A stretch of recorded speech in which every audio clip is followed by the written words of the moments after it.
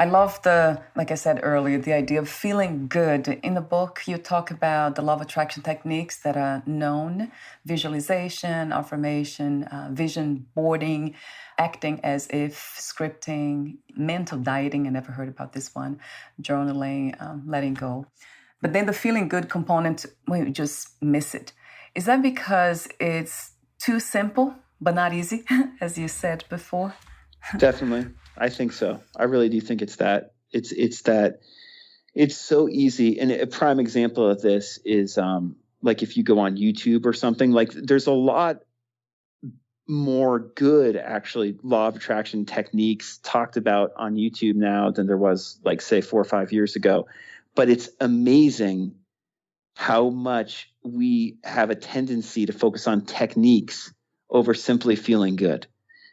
Because the truth of the matter is all of these techniques really only work well if we feel good, a lot of the time at least, and it's like, that's not to say you always have to feel good, and it's totally normal to go through the gamut of emotions sometimes, and to just navigate that. A lot of the Law of Attraction Simplified, the book, is just talking about navigating your emotions so you can kind of move through feeling negative and sad and depressed back to feeling good, and how to recognize there's nothing wrong with you for having to go through that process. But in the book, I call it, I say it's like getting on a horse and just constantly getting knocked off. Yeah. And so it seems simple to feel good, not bad. But then when you get on a horse and you start riding it and you constantly get thrown off, it can be discouraging. And you realize it's not always as easy to feel good as you expect. And it's a lot easier to blame it on the technique not working, or to search for another law of attraction technique and to say, oh, this didn't work, this teacher's not right.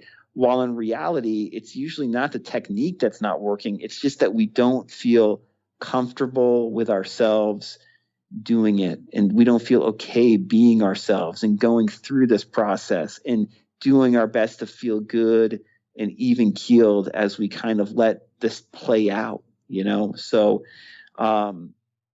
this is not what's discussed, unfortunately, a lot when it comes to the law of attraction. And that's, again, why I wrote that book and, have this podcast, because it really enables us to look at how we feel more openly and be okay with feeling momentarily uncomfortable and realizing there's nothing wrong with us. And that's the same for any spiritual practice too.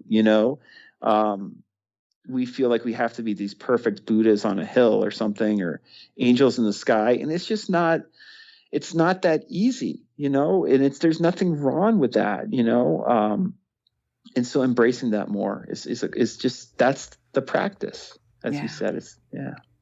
I mean, resonates so much because it has been a practice for me, a spiritual practice, of course. But also I have interviewed and talked to so many psychiatrists, people in the mental health area. And it always comes down to that, feeling our feelings. It's all about that when speaking of healing and from that perspective. Yes. And the longer I have been into this information, the more I value therapy and counseling, and the different modalities of therapy, and psychiatry. It's very valuable for many, many people. So that really shouldn't be seen as something separate, in my opinion. Again, we can holistically apply all this stuff to our lives if we allow ourselves to. We don't have to say, this is spirituality, this is psychiatry, this is the law of attraction. We don't have to, have them in all these separate buckets. It's all the same thing at the end. And again, so much of it comes back to feeling good more often and being comfortable with your feelings more of the time. You said, you're right, most of that negative stuff, I think you're talking about anger and feelings. Most of the negative stuff we were taught is no more real than a far more positive, relaxed reality you could have for yourself, one where you feel okay. So you said both are imagined. That caught my attention because it feels to me like all this is being imagined anyway. There's reality here. And you also tapped about imagination again. You said our imagination shapes the way we live no matter what. So, yeah, I would love for you to make a comment or elaborate Hmm. more about this idea around imagination. I do feel, as I said, that nothing has been created really, it has been imagined. We are imagining everything here and now. Yeah, I mean it's interesting. Us with this kind of non-dual Zen background are very comfortable saying that.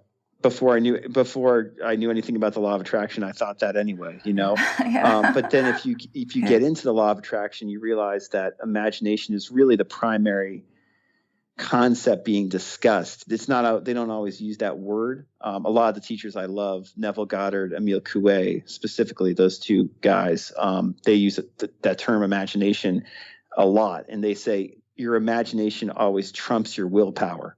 So in other words, whatever you're imagining is that's what's happening. It's Yeah. not how hard you're trying. Right. It's more like what you're imagining.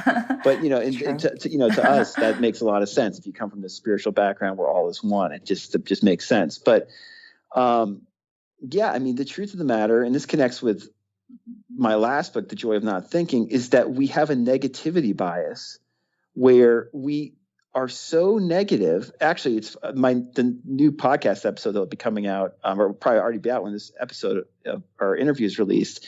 It's just talking about that people assume they have to be negative, but there's been studies done that said 90% of the stuff that we're negative about never happens.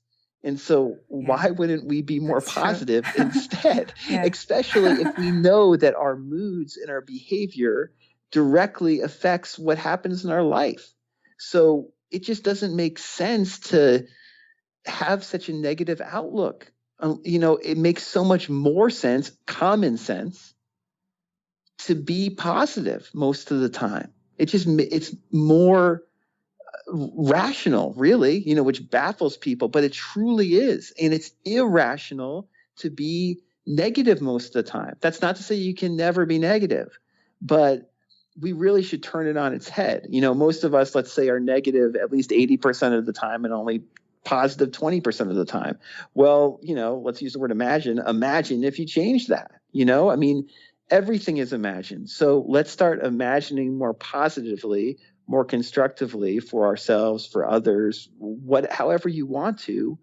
And, your life will get better because of that. I mean, it's just, again, it seems like common sense. And that's the law of attraction. Like, honestly, like that's the law, like a lot of that's it. It's not about doing crazy visualization or affirmations. It's just like that. It's like imagine more positively as opposed to negatively.